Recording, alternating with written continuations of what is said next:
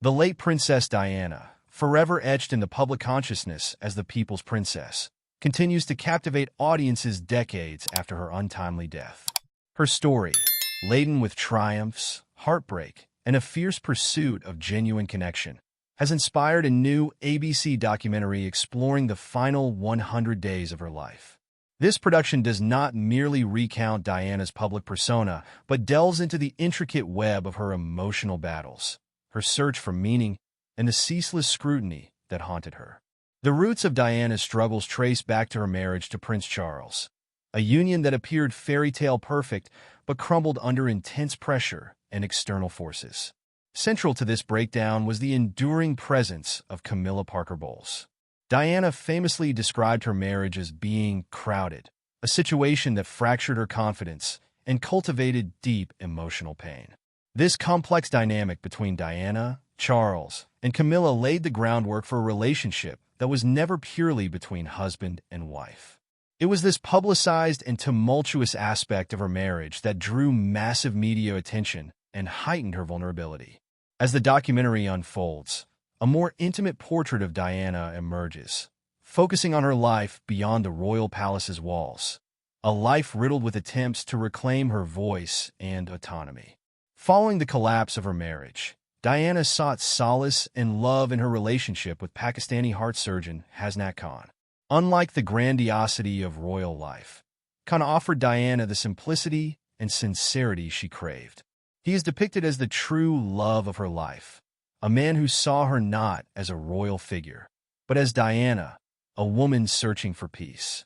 Their connection was grounded in respect and mutual understanding.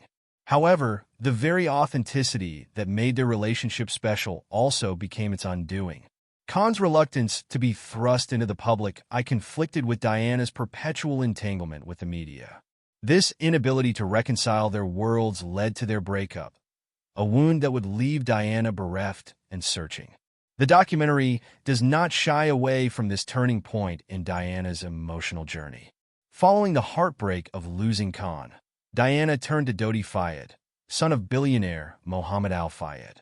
While Fayed offered excitement, luxury, and distraction, it was a relationship that, according to those closest to her, lacked the deep emotional connection she had shared with Khan.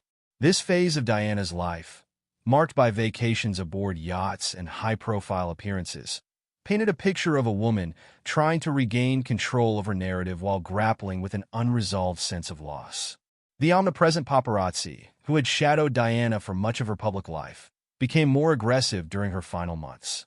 The relentless pursuit of photos and sensational stories created an atmosphere of anxiety and constant surveillance. This media frenzy was a double-edged sword.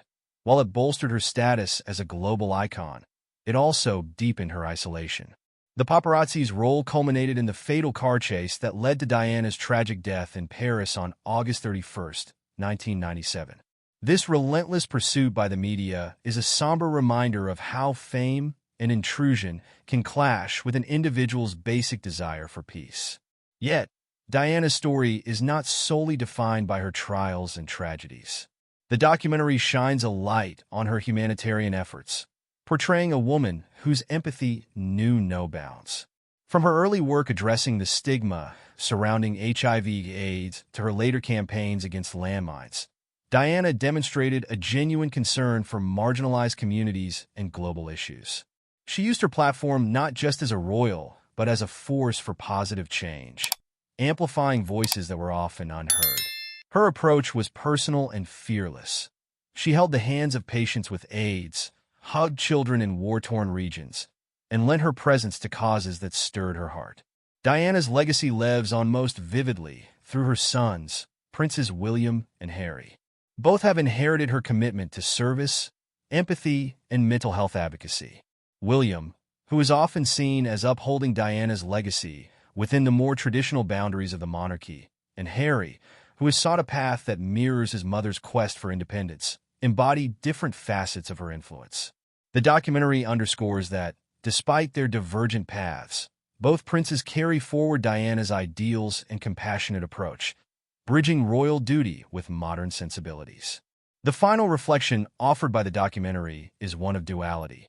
Diana as a beacon of hope and resilience, and as a tragic figure unable to fully escape the cage of her royal life. Her vulnerability and determination to find happiness resonate with many, illustrating the paradox of being both cherished and scrutinized. The world watched as she tried to reshape her destiny against almost insurmountable odds. Even in her moments of despair, Diana's humanity shone through, making her relatable to millions. Her death, therefore, was not just a loss for the royal family, but for a global community that saw in her their own struggles for love, recognition, and freedom. Diana's story, retold through this documentary, underscores the enduring fascination with her life.